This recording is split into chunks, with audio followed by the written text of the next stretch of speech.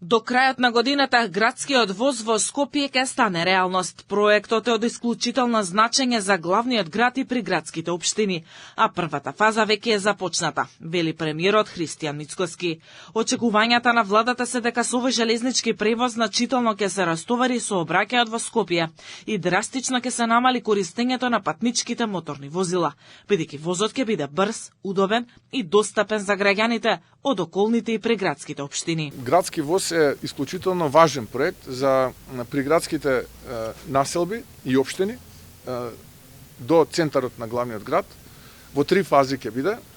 Првата фаза е веќе отпочната, реконструкција на пругата, електрификација, ќе се обраќа електрична локомотива, електричен воз.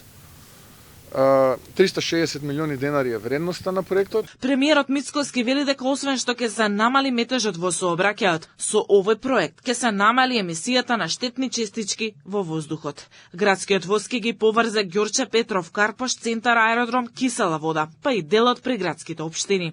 Според планираното, би се сообраќал на 15 до 30 минути, со едноставни карти и јасен ред на возење. Влегуваш, седнуваш и излегуваш. Првата делница е од Зелениково преку Драчево, Лисиче, Кисела вода, аеродром до центар на Скопје, практично до главна железничка станица. Втората делница е од Миладиновци преку Илинден, Маџари до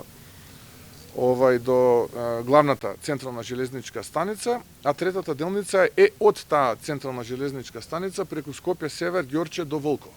Првата фаза на градски воз од Зелениково до центар е во должина 24,5 километри и чини 5,7 милиони евра.